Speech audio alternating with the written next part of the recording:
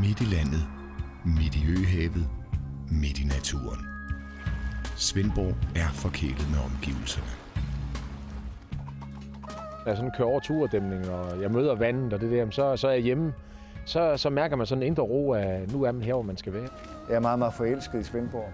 Vi sidder her en augustdag i solskin, og det er simpelthen mit billede af byen.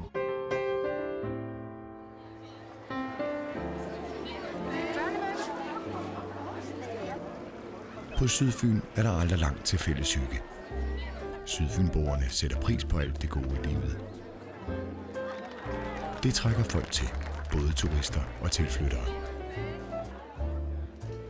Og sådan har det været i flere århundreder.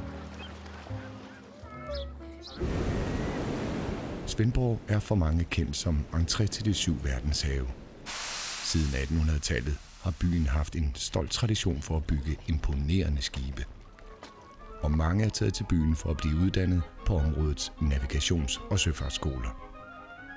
Jamen, jeg kan godt lide, at der er højt til loftet i Svendborg, og man har den gamle fornemmelse af en søfartsby. Det er jo en af vores stolteste gamle søfartsbyer.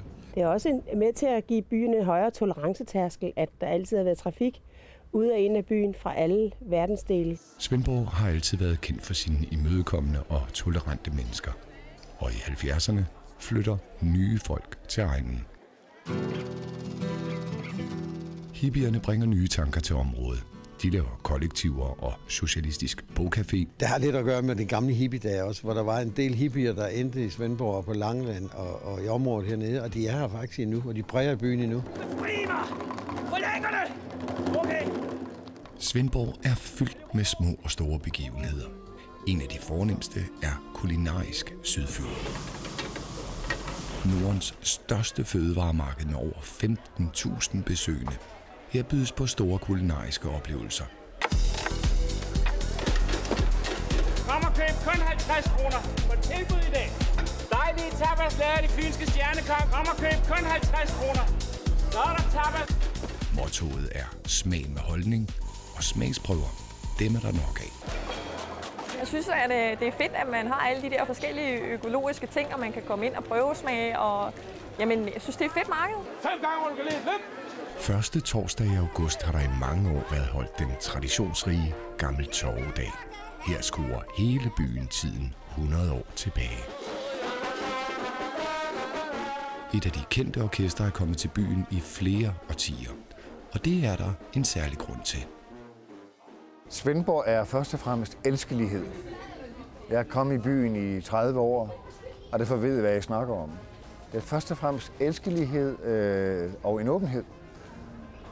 Så er det også en tendens til at være hyggelig. Meget hyggelig. Så skal det ikke spille.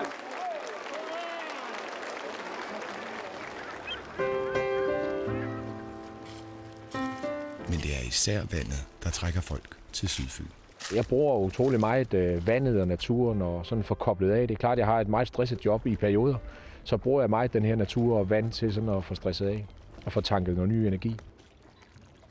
Jeg har jo haft håndboldlandsholdet hernede mange gange på træningslejre.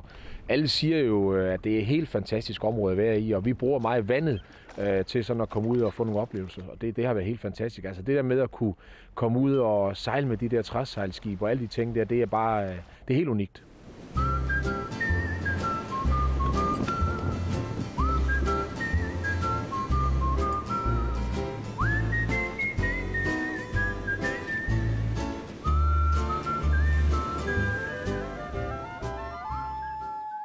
Men det er ikke rart og hyggeligt, det hele.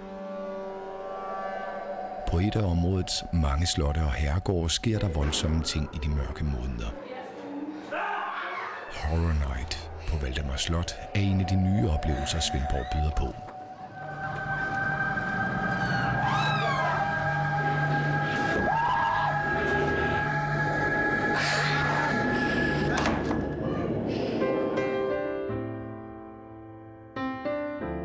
Det helt unikke miljø er også en af grundene til, at Svendborg er blevet optaget som Danmarks første sit-as-slow-by. I Svendborg vil vi nemlig forstærke muligheden for at leve det gode liv.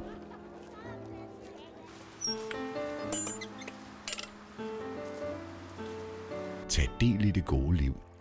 Velkommen til Svendborg.